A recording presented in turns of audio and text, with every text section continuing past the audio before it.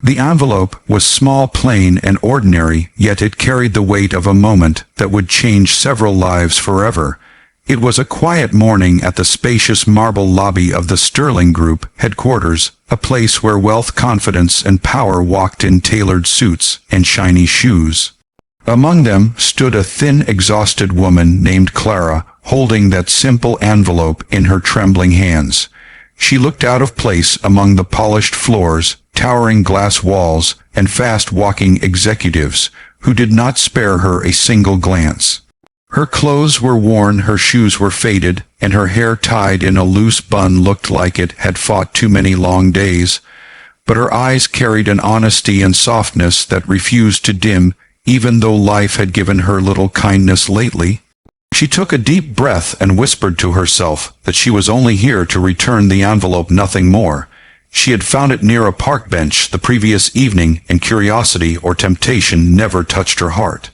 She believed doing the right thing mattered even when no one was watching, but she did not know that this simple act would lead her directly into a room where her integrity would be mocked, questioned, and then unexpectedly revealed. If you believe that kindness, honesty, and second chances make the world better, remember to like, comment, share, and subscribe, because stories like this remind us that goodness still matters. Clara approached the reception desk, where everything from the gold lettering to the curt smile of the receptionist made her feel even smaller. She explained softly that she wanted to return an envelope she found outside, which seemed to belong to someone here. The receptionist looked at her with a mix of confusion and suspicion, as though people like Clara did not belong in buildings like this. The woman took the envelope, glanced at it, and then suddenly her eyes widened. She asked Clara to wait and hurried away. Moments later, 2 security guards approached Clara, asking her to follow them. Confused and nervous, she walked behind them, her heartbeat rising as she wondered why returning something honest and simple could feel so frightening. The guards led her to the top floor into a large office where everything smelled of wealth, leather, and power. Behind a massive desk stood Marcus Sterling, the Millionaire CEO, known for his sharp mind and cold manner. His suit was flawless, his watch cost more than Clara had earned in an entire year, and his stare was as cutting as glass. He looked at her and let out a short, amused laugh, as though her presence itself was a joke. He asked what she was doing with his envelope, how she found it, and why she brought it here instead of trying to open it or sell it. The mockery in his tone was sharp. The room had other executives too, watching her like she was some strange outsider caught trespassing. Clara explained simply that she had only picked it up and wanted to return it because it was the right thing to do. Her voice, however, trembled, not because of guilt, but because being judged so harshly by strangers who knew nothing about her hurt more than she expected. Marcus did not believe her sincerity. He laughed again, seeming entertained, and said that every person who pretended to be honest always had some hidden motive. He called her story ridiculous and suggested that she came hoping for a reward or attention. Clara felt her face burn with embarrassment and hurt, but she still answered politely that she expected nothing, not even gratitude. Marcus opened the envelope casually, expecting something trivial and insignificant, but suddenly his expression froze. Inside the envelope was a set of confidential documents containing personal signatures, legal papers, and a check worth an enormous amount, belonging not to him, but to one of the wealthiest and most powerful partners of the company. The real owner of the envelope was a man whose presence commanded respect instantly: Victor Hale. Marcus realized this envelope was supposed to be delivered privately to Victor, and losing it could have caused a major scandal. Marcus stared at Clara, and for a moment his confidence slipped, but instead of apologizing or thanking her, he accused her again, implying she must have known the value of what she found. His voice sharpened as he asked how he could trust someone like her, someone of her background, someone who looked like she walked in from a life far below this world of polished power. Clara felt each word strike her dignity, but she refused to let anger or pain twist her honesty. She replied with steady calmness that trust had nothing to do with class, clothing, or wealth, but with character, something she believed everyone should have regardless of their circumstances.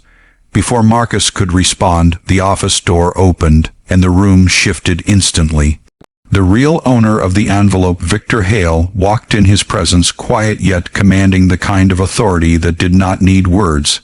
He asked what was happening and why Clara looked distressed.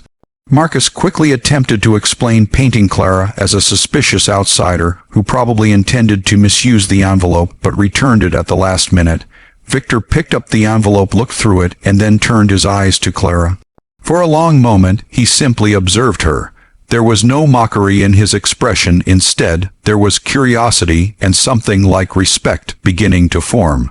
Clara explained everything from the moment she found the envelope to how she came here only to return it. Her voice carried sincerity, pain, and dignity. Victor listened with full attention, unlike Marcus, who seemed uncomfortable now that things were slipping out of his control. Victor then asked the security guards to check the envelope, its seals, and its contents. Everything was untouched. Nothing was opened, nothing disturbed. Clara had not even peeked at what was inside. Victor looked at Marcus, then back at Clara, and said that very few people in this city would return something so valuable without expecting anything in return. He told Marcus that honesty was not determined by wealth, and that mocking someone who showed integrity only revealed one's own lack of character. Marcus's face tightened with embarrassment, but pride kept him quiet. Victor turned to Clara and thanked her sincerely, something no one else in the room had bothered to do. He asked if he could do anything for her in return, such as a reward, assistance, or even a recommendation letter for work. Clara shook her head softly, saying she was not here for anything like that. She only wanted to do the right thing and hoped the world still valued that. But Victor was not finished. He asked Clara about her life, how she lived, and what she did for work. As she described her struggles, the burden of supporting her younger siblings, the part-time jobs, the sleepless nights, and the dreams she had set aside to survive, Victor realized she was not just honest, she was extraordinary. He offered her something unexpected, not a reward but an opportunity. He invited her to work in his personal department, a place where character mattered more than status or wealth. But before accepting, Clara hesitated. After the humiliation she experienced, she questioned whether she even belonged in such a world. Victor noticed this and assured her that the only people who do not belong are those who lack integrity, something she had shown more than anyone else in that room. Near the end of the day, as Clara walked out of the building with tears of relief running down her face, she felt something inside her change.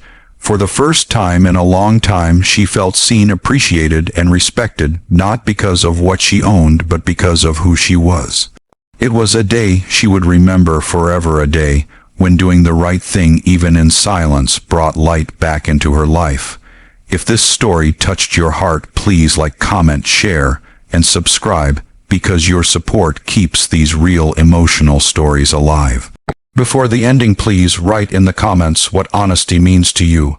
Clara later began her new job, where her dedication earned admiration, respect, and eventually leadership. Marcus never forgot that day, and though his ego resisted, he learned a lesson he did not expect from a woman he had mocked. Victor remained grateful and often reminded those around him that wealth could buy many things but never integrity.